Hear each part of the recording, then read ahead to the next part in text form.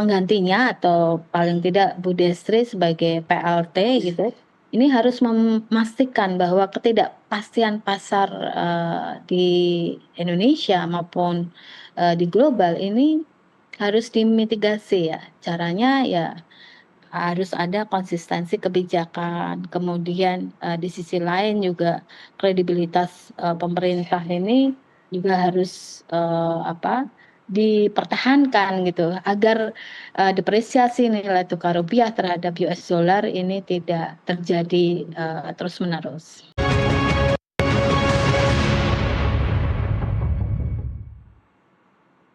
Presiden Prabowo Subianto menerima pejabat sementara Gubernur Bank Indonesia Destri Damayanti di Istana Kepresidenan Jakarta. Pertemuan perdana itu berlangsung setelah Destri resmi menjalankan tugas sebagai PJS Gubernur BI menyusul pengunduran diri Peri Warjio. Usai pertemuan, Destri menegaskan belum ada pembahasan mengenai sosok Gubernur Bank Indonesia definitif. Menurutnya, proses pengisian jabatan tersebut sepenuhnya mengacu pada mekanisme yang diatur dalam Undang-Undang Bank Indonesia. Sesuai aturan, Presiden akan mengajukan calon gubernur BI yang kemudian harus mendapat persetujuan DPR sebelum dilantik. Sementara itu, Destri menjalankan tugas sebagai pejabat sementara berdasarkan ketentuan yang menetapkan Deputi Gubernur Senior menggantikan peran gubernur hingga pejabat definitif ditetapkan. Khususnya terkait dengan kebijakan-kebijakan di mana karena tadi kita mengikuti aja aturan yang berlaku. Jadi kalau memang Gubernur Bank Indonesia mengundurkan diri secara sukarela, maka kembali kepada peraturan dalam Undang-Undang Bank Indonesia, maka ada prosesnya, di mana tentunya pertama akan dibuka persyaratan sebagai calon nanti gubernur, Dewan Gubernur, kemudian itu calon tersebut kemudian tentunya akan dipilih dan ditetapkan oleh Presiden dengan persetujuan DPR. Jadi semuanya sudah ada dalam Undang-Undang Bank Indonesia. Jadi akan diikuti ketentuan seperti itu. Dan penetapan saya sebagai pejabat gubernur sementara itu adalah memang secara undang-undang menetapkan seperti itu. Apabila gubernur berhalangan tetap, ya termasuk mengundurkan diri, maka deputi gubernur senior akan menggantikan peran dari gubernur itu sebagai pejabat gubernur sementara sampai nanti yang definitif proses akan dimulai oleh Presiden. Begitu. Ya, dialog kita lanjutkan masih bersama kami Direktur Eksekutif Indef Esther Sri Astuti dan Hariko Satria, tenaga ahli Badan Komunikasi Pemerintah. Bu Esther dan juga Pak Hariko, tadi kita beralih ke isu yang lain dan juga tentu saja menjadi perhatian publik begitu ya, yaitu pergantian pemimpin di Bank Indonesia Pak Peri Warjio. Saya akan ke Bu Esther terlebih dahulu. Bu Esther, pergantian kepemimpinan BI ini kan menjadi perhatian pelaku pasar. Seberapa besar dampaknya terhadap persepsi investor dan juga stabilitas pasar keuangan? Ya, penelitian riset-riset sebelumnya sudah membuktikan bahwa setiap political announcement itu akan berpengaruh pada pergerakan nilai tukar, IHSG dan obligasi gitu.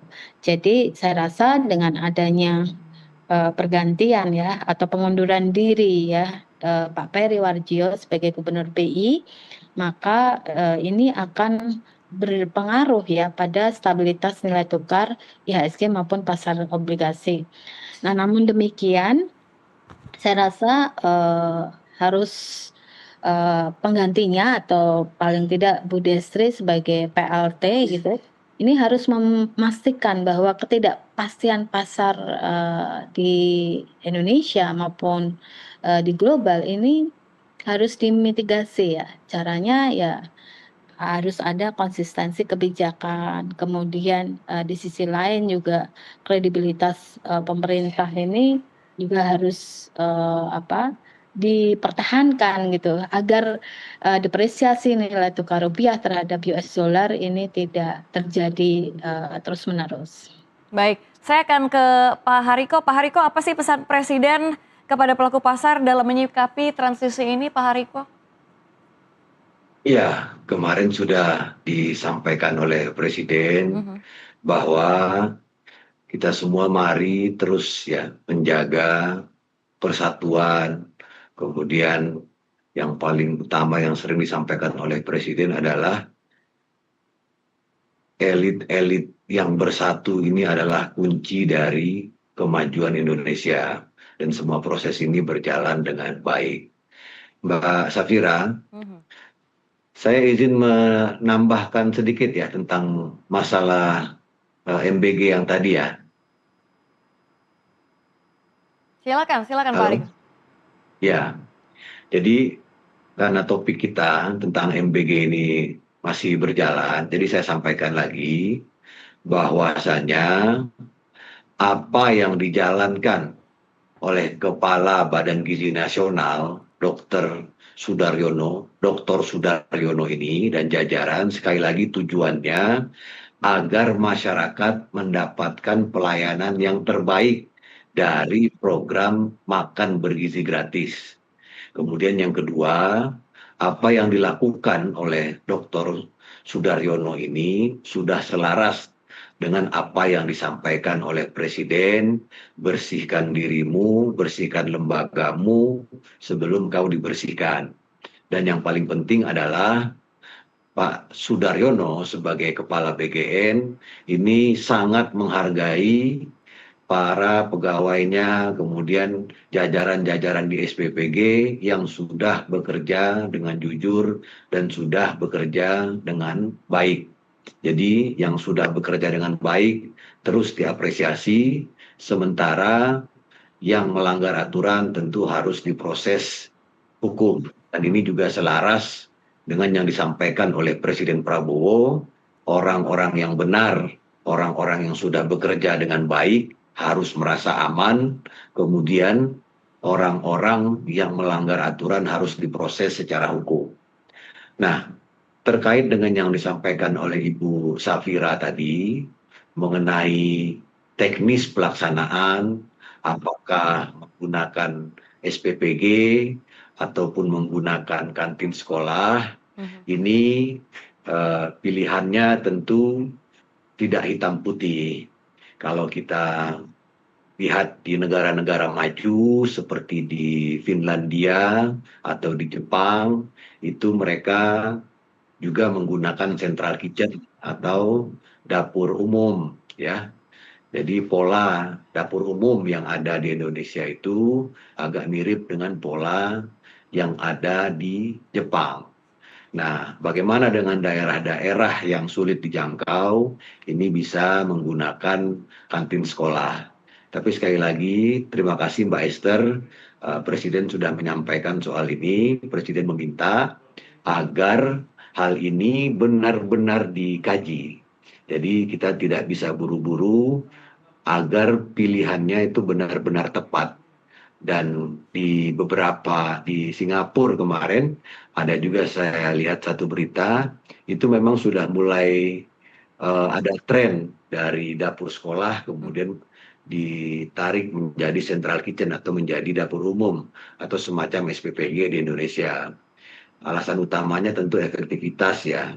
Kalau di beberapa negara lain yang kita lihat itu atau secara kalau kita membeli bahan baku untuk 3.000 orang di dapur umum tentu itu lebih efisien ketimbang untuk sekolah yang siswanya misalnya 200. Demikian juga dengan standar gizinya, pemeriksaan BPKP-nya, kemudian beban guru. Tentu kita tidak ingin ada kejadian-kejadian misalnya para guru ada bermasalah, kemudian memakai baju oranye, kemudian dilihat oleh para murid-muridnya. Jadi pola-pola ini masih sedang dikaji secara mendalam.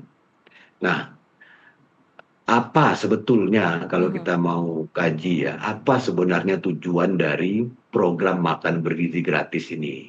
Jadi mengapa, kan pertanyaannya begini Mbak Safira, mengapa hampir seluruh negara di dunia ini memberikan makan di sekolah kepada pelajarnya?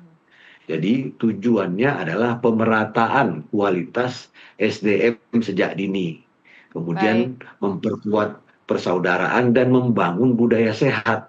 Nah, ini yang paling penting saya sampaikan lewat Nusantara TV, karena ada sebagian saudara-saudara kita itu yang mengatakan program MBG ini adalah pemborosan. Nah, mengapa sih negara-negara di luar itu, hampir seluruh negara memberikan makan di sekolah? Jadi negara-negara itu berpikirnya jauh sekali ke depan. Jadi negara-negara di luar negeri itu paham betul biaya yang dikeluarkan untuk makan bergizi di sekolah itu jauh lebih kecil dibandingkan dengan lonjakan biaya kesehatan di masa depan akibat Baik, gizi buruk, kemudian anak-anak bisa gampang sakit, dan turunnya produktivitas. Jadi berpikirnya ini memang jauh ke depan. betul. Dan ini sejak 20 tahun yang lalu sudah digagas oleh Presiden Prabowo sejak tahun 2006 dan sudah beliau jalankan secara terbatas, dan berpikir jauh ke depan ini juga sangat dipahami, sangat dimengerti oleh Pak Sudaryono karena beliau sangat memahami visi dari Presiden Prabowo Subianto. Baik. Begitu, Mbak.